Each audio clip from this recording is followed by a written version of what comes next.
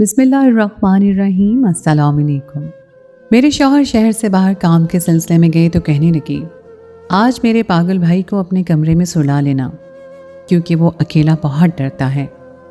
میں نے اسے بچہ سمجھ کر اپنے کمرے میں سلا لیا اور اس رات جسے میں بچہ اور پاگل سمجھ کر اپنے کمرے میں سلا لیا، اس نے میرے ساتھ میری بربادی کا ذمہ دار کوئی اور نہیں بلکہ میں خود ہی ہوں۔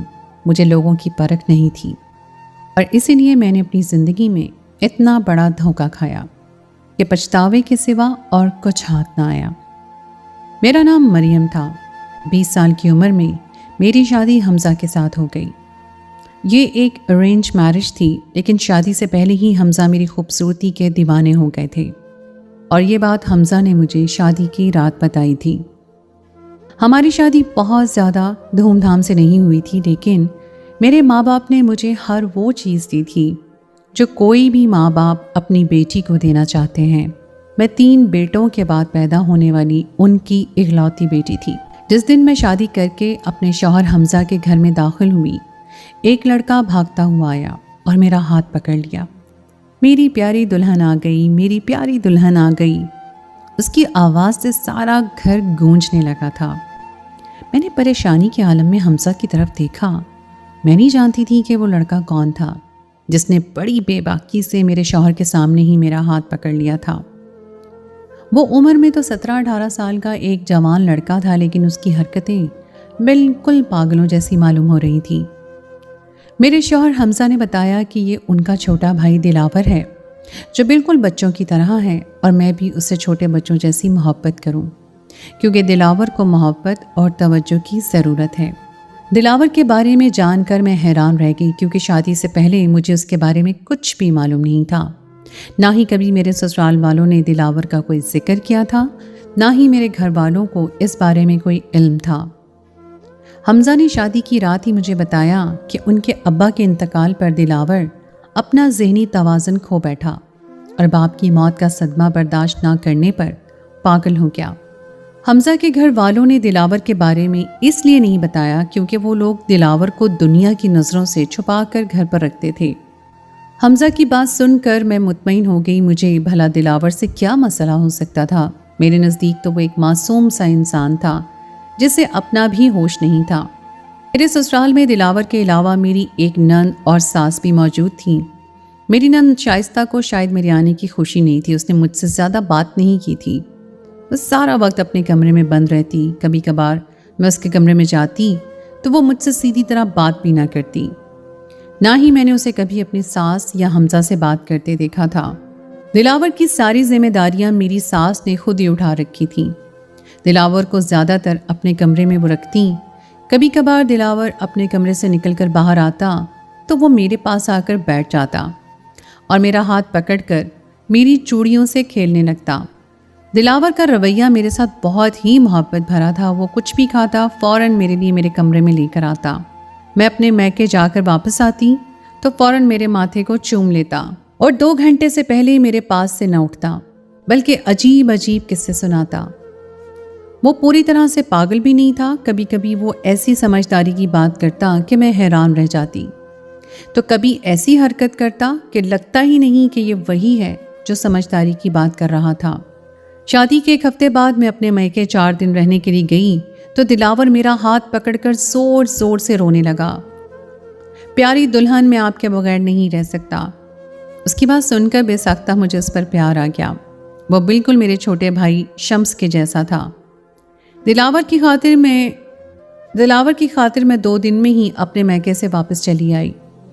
میرے جلدی لوٹ کر آنے پہ وہ اس قدر خوش ہوا کہ تالیاں بجا بجا کر خوشی کا اظہار کرنے لگا۔ اپنی اماں سے کہہ کر اس نے زبردستی میرے لیے بریانی پکوائی اور خود بھی میرے ہی ہاتھوں سے کھائی۔ شائستہ تو کھانا بھی اپنے ہی کمرے میں کھاتی تھی۔ شروع میں تو دلاور کے بچکانہ انداز سے میں بھی خوب لطف اندوز ہوتی تھی، لیکن جیسے جیسے وقت گزر رہا تھا مجھے دلاور کی حرکتیں کچھ عجیب سی لگنے لگی تھیں۔ جیسے ہی میں اور حمزہ رات کو کمرے میں آتے، وہ ہمارے ساتھ ہی کمرے میں آ جاتا اور حمزہ کے ساتھ سونے کے لیے بیٹھا رہتا۔ اکثر بھاگتا ہوا آتا اور میرے گلے سے لگ جاتا اور مجھے عجیب سا احساس ہوتا کیونکہ ذہنی طور پر وہ بچہ صحیح لیکن جسمانی طور پر وہ 18 سال کا مرد تھا۔ وہ کس کر مجھے اپنے بازوؤں میں جکڑتا تو میرا سانس رکنے لگتا۔ اس کی قربت مجھے برداشت نہ ہوتی۔ میری ساس اکثر ڈانٹ کر اسے منع کرتی، لیکن دلاور تو زور زور سے ہنسنے لگتا۔ حمزہ آج کل دفتر سے دیر سے لوٹ کر گھر آتے تھے اور دلاور اکثر اس وقت میرے کمرے میں آنے لگا تھا۔ دلاور کی موجودگی میں خود کو بہت غیر آرام دہ محسوس کرتی اور اس کے جانے تک آرام سے بیٹھی رہتی۔ دلاور عجیب طرح کے سوال کرتا اور میں شرم سے پانی پانی ہو جاتی۔ ایک دن میں واش روم میں نہانے کے لیے گئی تو مجھے ایسا محسوس ہوا جیسے کوئی مجھے دیکھ رہا ہو۔ جیسے ہی میں نے نہا کر دروازہ کھولا تو میری جان نکل گئی۔ دلاور چابی والے سوراخ میں سے جھانک رہا تھا۔ میں نے غصے میں پوچھا کہ تم یہاں کیا کر رہے ہو؟ دلاور میری بات کا جواب دینے کے بجائے کمرے سے نکل کر بھاگ گیا۔ میری سمجھ میں نہیں آیا کہ میں اس بارے میں کس سے بات کروں۔ میں کسی سے کیا کہتی؟ وہ تو پاگل تھا۔ سب میرے ہی کردار پر انگلیاں اٹھاتے میں خاموش ہو گئی۔ سسرال میں تو ایک ایک قدم پھونک پھونک کر رکھنا پڑتا ہے۔ ایسے میں دلاور کے بارے میں بات کر کے اپنے شوہر کے دل سے اترنا نہیں چاہتی تھی اور نہ ہی اپنی ساس کی نظروں میں گرنا چاہتی تھی، کیونکہ دلاور سب کا ہی لاڈلا تھا اور سب سے بڑھ کر اس کا ذہنی توازن ہی ٹھیک نہیں تھا۔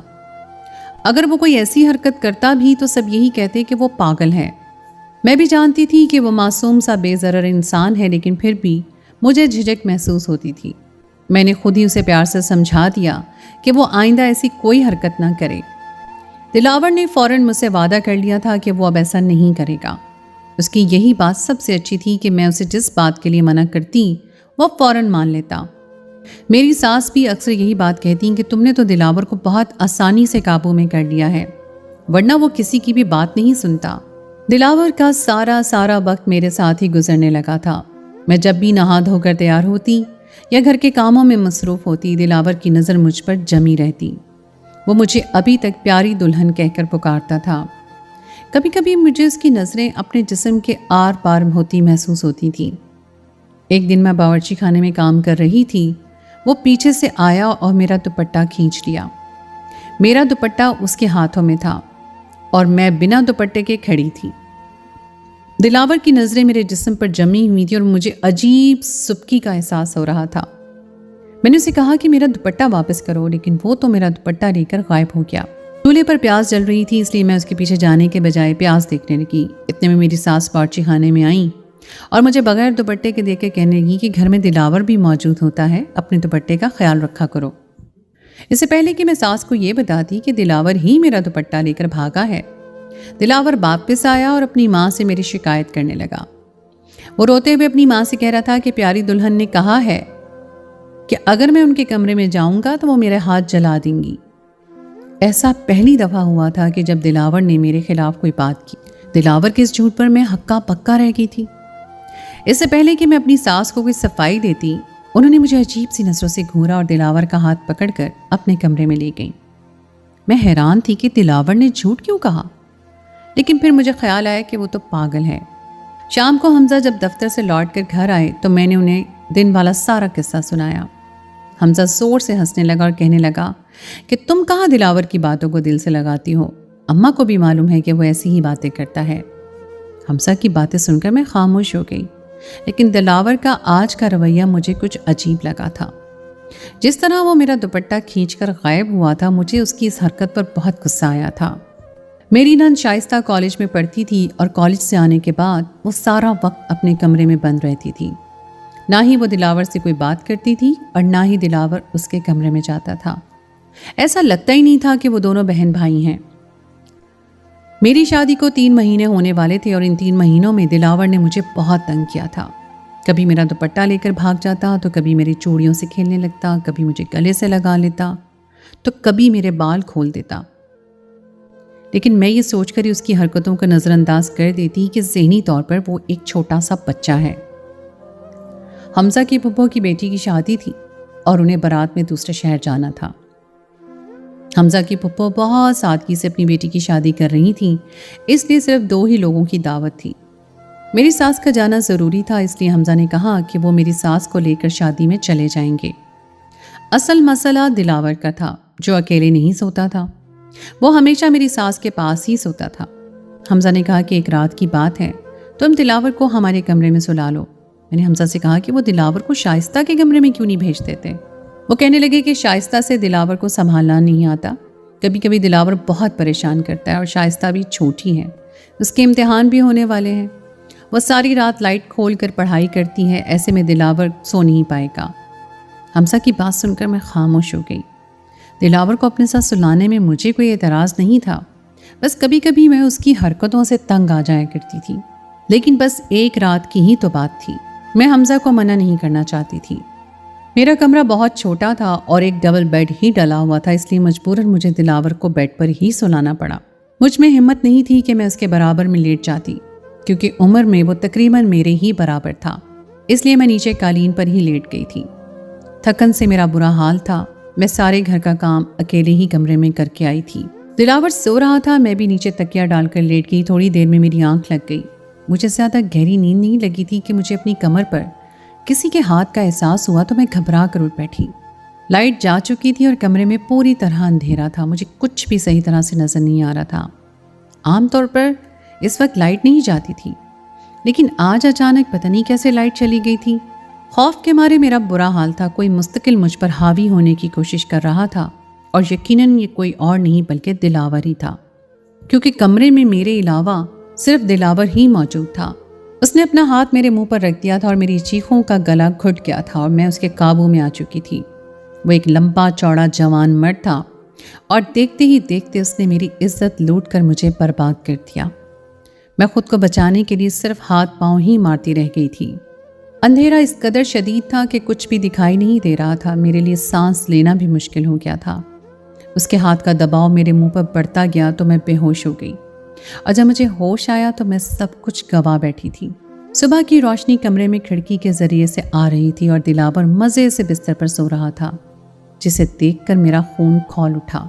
मैंने गुस्से में दिलावर को थप्पड़ मारकर उठाया तो वो उठकर बैठ गया और गुस्से से मेरी तरफ देखने लगा। मैंने उसे पूछा कि उसने रात मेरी इज्जत को दागदार क्यों किया। मेरी बात सुनकर वो जोर जोर से हंसने लगा और कहने लगा कि प्यारी दुल्हन, आप क्या कह रही हैं। उसकी हंसी पर मुझे मजीद गुस्सा आ गया। यकीनन वो पागल नहीं था और जानबूझकर पागलपन की अदाकारी कर रहा था। उसने आज तक हमेशा मेरी कुर्बत के मौके ही तलाश किए थे और रात के अंधेरे का फ़ायदा उठाकर मुझे बेआबरू कर दिया था। मैंने बुरी तरह उसे पीटना शुरू कर दिया। सुबह ही सुबह मेरी सास और हमजा वापस आ गए थे। मेरे कमरे से बाहर जाती शोर की आवाज़ सुनकर वो सीधे मेरे कमरे में चले आए।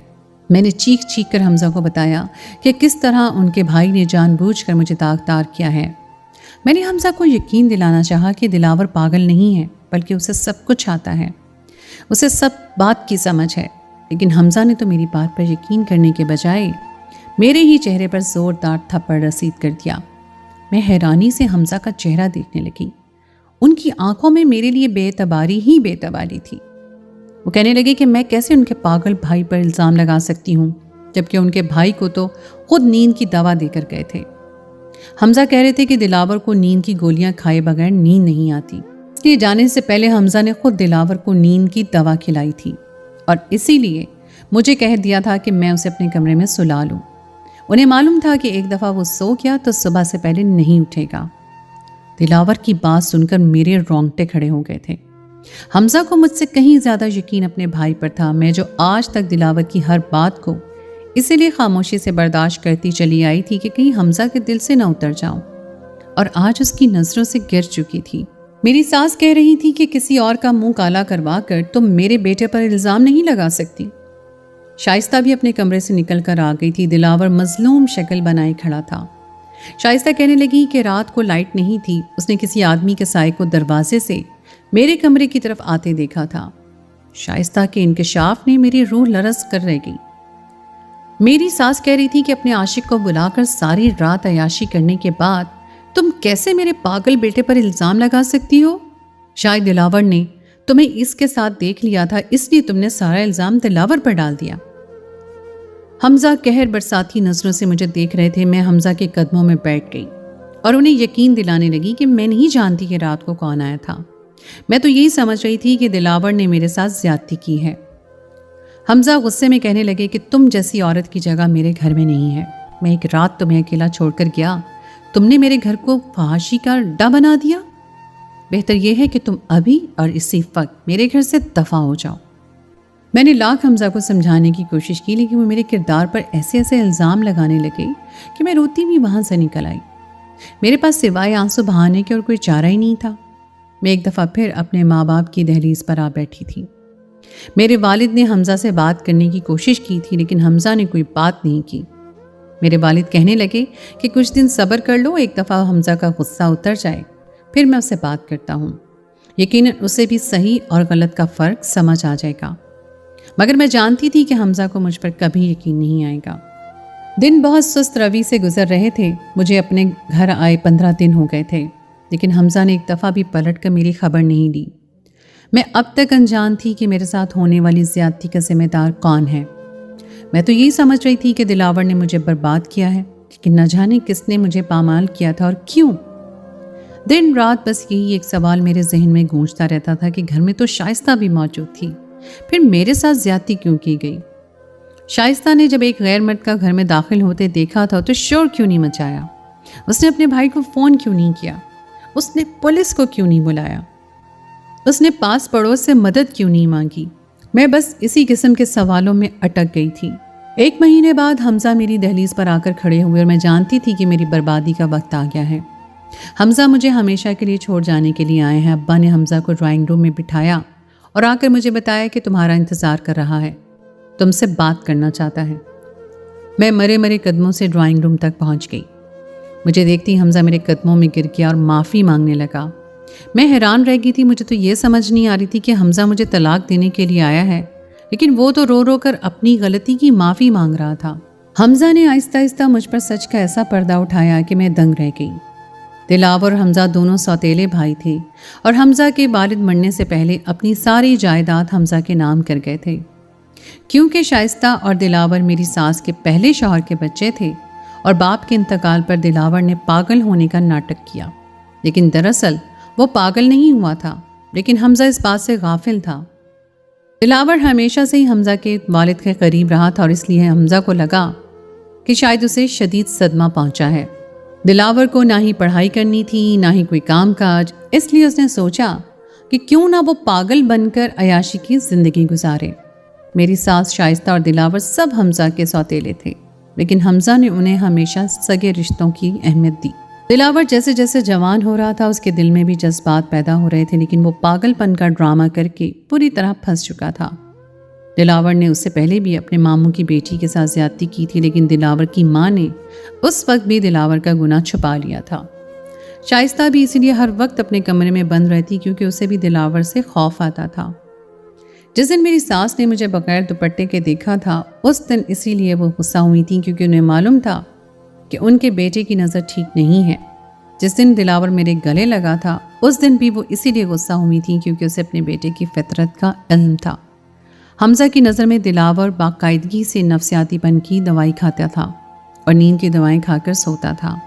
इसलिए उस रात भी हमजा ने उसे नींद की दवा समझकर खिला दी, लेकिन वो नींद की नहीं बल्कि ताकत की दवा थी।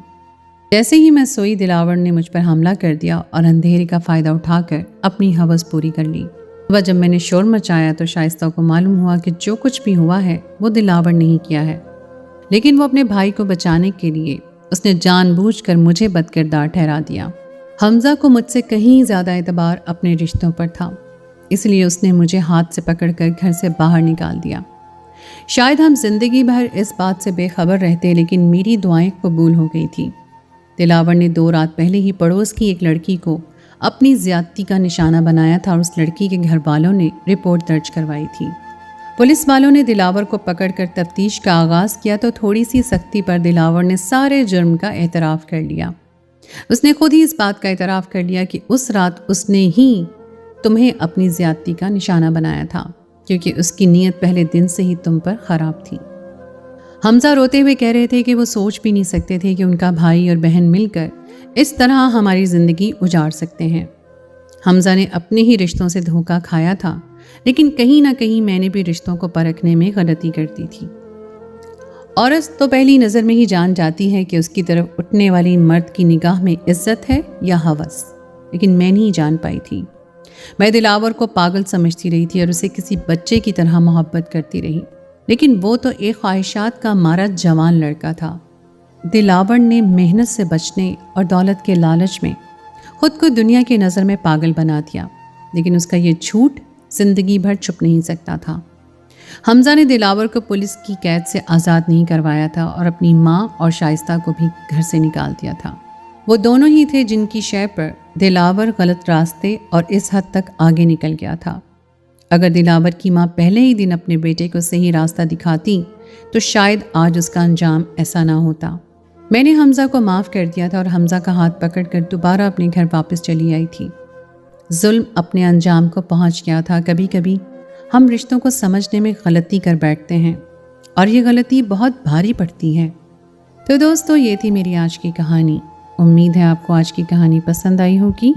कहानी अच्छी लगे तो उसको लाइक ज़रूर कीजिए, अपने दोस्तों के साथ शेयर कीजिए, और अगर आपकी भी कोई आप बीती है या कोई ऐसा वाक़या जो आप चाहते हैं कि हम अपने चैनल के थ्रू मंज़र आम पर लेकर आएँ, तो कमेंट सेक्शन में हमारे साथ ज़रूर शेयर कीजिए।